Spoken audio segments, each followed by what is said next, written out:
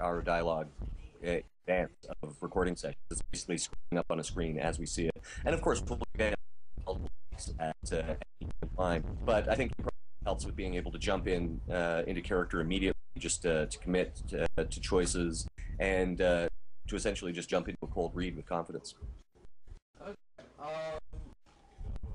Now, have you ever kind of just like been handed a script and you look at it like, this isn't what Commander Shepard would say? Like, well, again, it's kind of hard to do that with this character because it's like Commander Shepard would never abandon people. It's like, well, he might if he's a renegade, or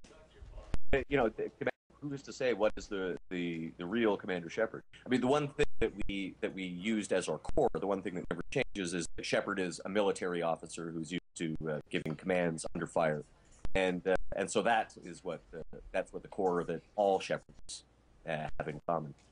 But as far as using dialogue, that very rarely happened. Occasionally, it would be things like, well, this line is a little bit of a mouthful. It's kind of hard. This is probably easier to type than to say. So they'd let us make little changes like that. Mac Walters, who was head writer, he would often he'd come into recording sessions and he'd be there so that we could make changes right away without having to, take a pause to call by and say, can we just change this? Obviously, we would check when we change something, but it was hardly ever an issue. And it was usually just the wording or phrasing of the sentence that would change. Okay, nice. Does anyone else have any questions? And please, people in the chat, feel free to type stuff in, and we'll get someone to read it out loud.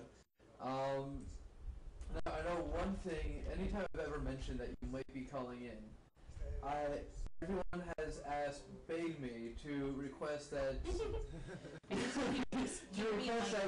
God, I'm so embarrassed saying this, but I'm Commander Shepard, and Armedgamer is my favorite blank. So something along the lines of favorite stream on the Citadel, that thing. So, Armedgamer is my favorite stream on the Citadel. Something like that. Yeah. What? I'm Commander Shepard. Are we all set? I'm Commander Shepard, and Armedgamer is my favorite stream on the internet. Yes. Nice.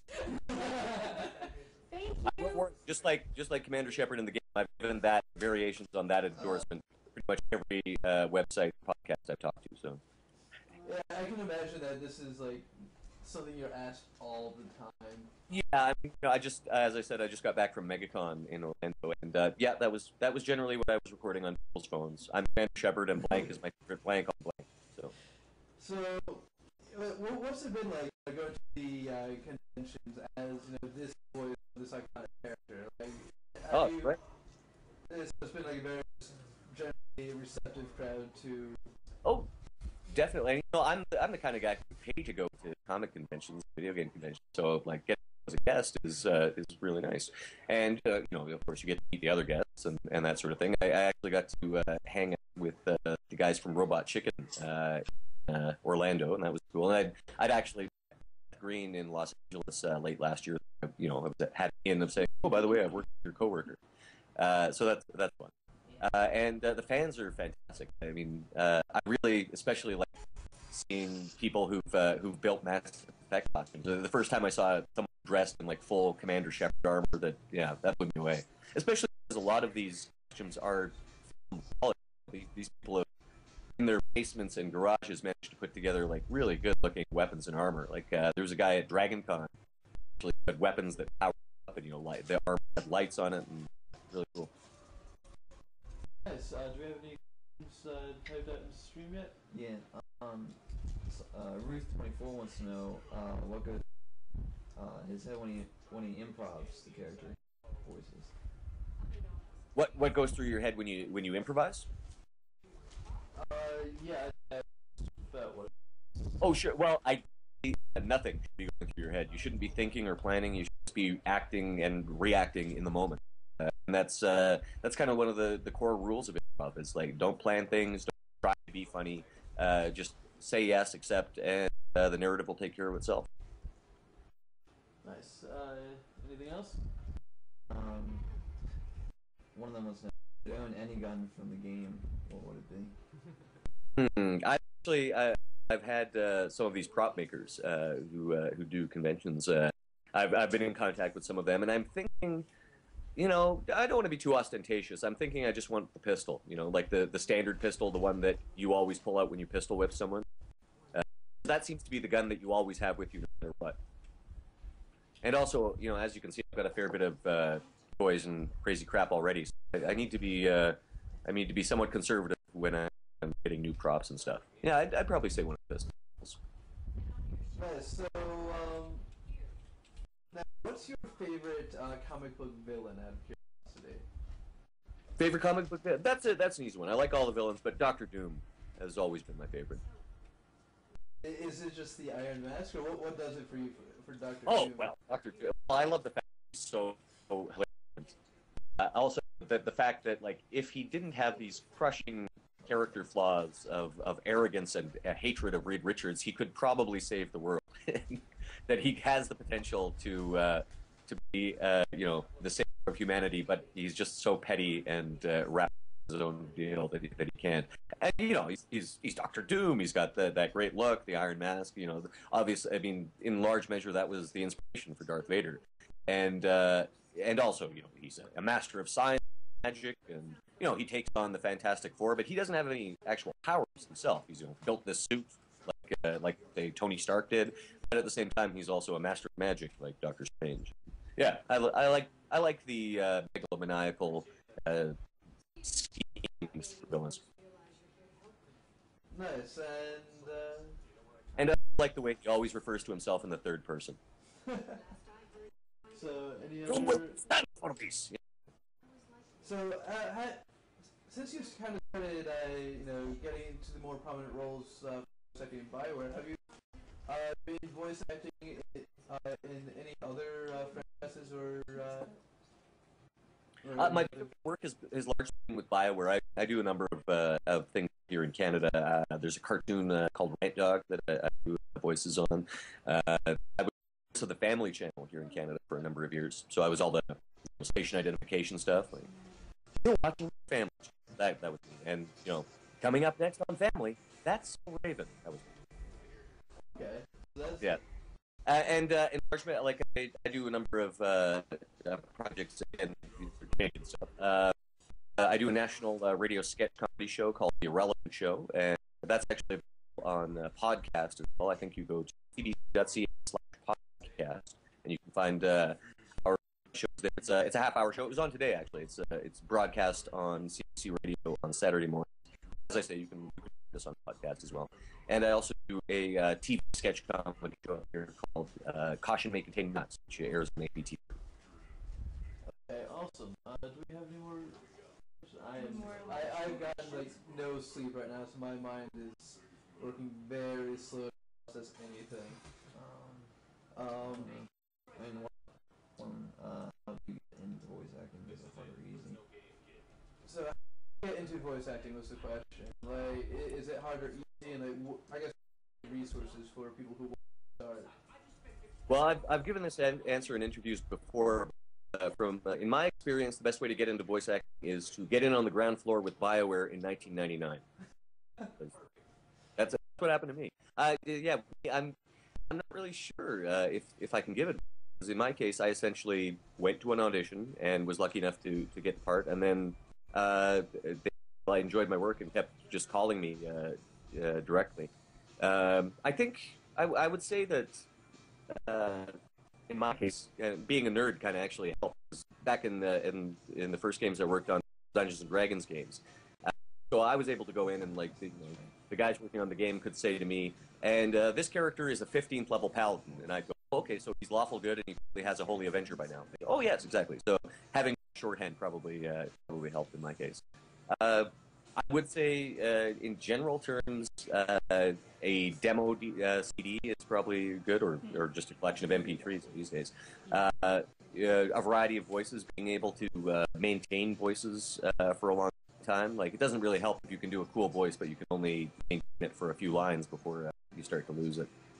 And I'd say, acting, just acting in general. Take workshops, take improv workshops.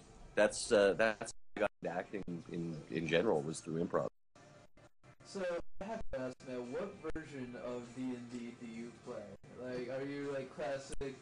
2, I have 3, 4, actually. 5? I haven't actually played in a while. It's pretty hard to get a D&D game together when everyone's adults and has lives.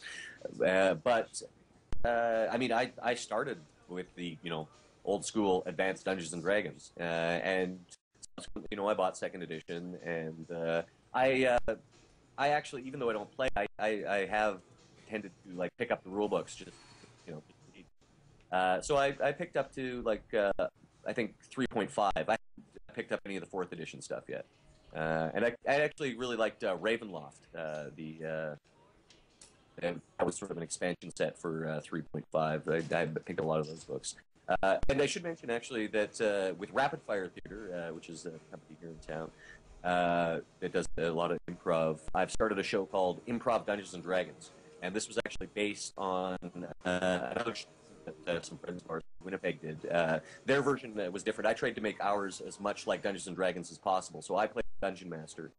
And I'm in something neutral, like just kind of a black robe. But all player characters are in full armor, weapons. They have their equipment, their magic items. And I basically do what a dungeon master would do. So I play everybody else, all the monsters, the townspeople, things like that. We actually even went to the trouble of rolling up the characters with dice. And yeah, it's a really fun show. It's a lot of fun to do. That's pretty awesome. So yeah, just playing Dungeons and Dragons in front of an audience, but. So have you been a fan of BioWare style games since about 1991? Like, have you played all of those? Oh yeah. I quite enjoy RPGs. Like that's what I tend to play most. I play very few like just straight up shooters or something like that. I like the RPGs, the story games, stuff like that. So I to get to be in one is great. It's a dream come true. Yes. Do we have any? Here we go. Engage wants to know if you ever consider movie acting, or I guess face acting, voice acting. Oh sure. I mean, I'm a working actor, right? So I've done films, I've done TV commercials, voiceover stuff that comes along. And as I said, in large part, my focus is live improv theater. And I'm actually going to be going to London in May for a show we do there. It was actually started here, and some friends of ours in England, they really liked it, so they started their own version, and we go every year and play in theirs. There's this called Improvathon, and it's a 50-hour-long show that we do in London at Hoxton Hall, and many of the actors do it without sleep. And so it's one continuous narrative with sleep-deprived actors. It's really fun. Nice. So, I just had a good question too. My mind has been blown. Why am I not thinking of this question? Well, can we get anybody on the? Yeah. Do we have any more questions on the live stream while you're? Well, actually, I can fill the time. I realized that My you mind mentioned is it blown too. last year. I don't know if there's any Doctor Who fans out there, but Karen Gillan actually came and watched for about 4 hours and mentioned us later in an interview. That was quite thrilling. And there's an outside chance that she might actually play this year because she's friends with the organizers. So we will see. That would be awesome. And just remember what I was about to add. There's been going on a lot of talk about live action Mass Effect film as being optioned. Have you considered? Yes. Have you considered auditioning for the actual role of Commander Shepard? Well, first of all, as you can see, I'm kind of a scrawny nerd, so I don't think I would be cast as Commander Shepard, to be honest. They buffed up Gerard Butler for that. You can do it. Gerard Butler was a pretty big guy already. I think he was mostly just defining his abs. It's like I'm a slender fellow. I'd say that my body type is really more suited to a Solarian or a Vorcha. And I'd love to play like a little alien cameo. Because actually, I do the voices for all Vorcha in Mass Effect 2 and various other aliens and stuff like that. So yeah, I would love. I'm not holding my breath to be cast as Commander Shepard unless they're going in a very different direction for the role. Okay. Anything else on the streams? Yeah, Farmer Bob wants to know, Mark, if BioWare were to ask you for a future Modern Warfare or Mass Effect 3 DLC character, how viable would it be for your vocal cords to voice out a fully fleshed out Forge squad mate? Oh, and the Vorcha are hard on the voice, but man, I would love that. I would really be into voicing a Vorcha, and have to see. I mean, I did actually voice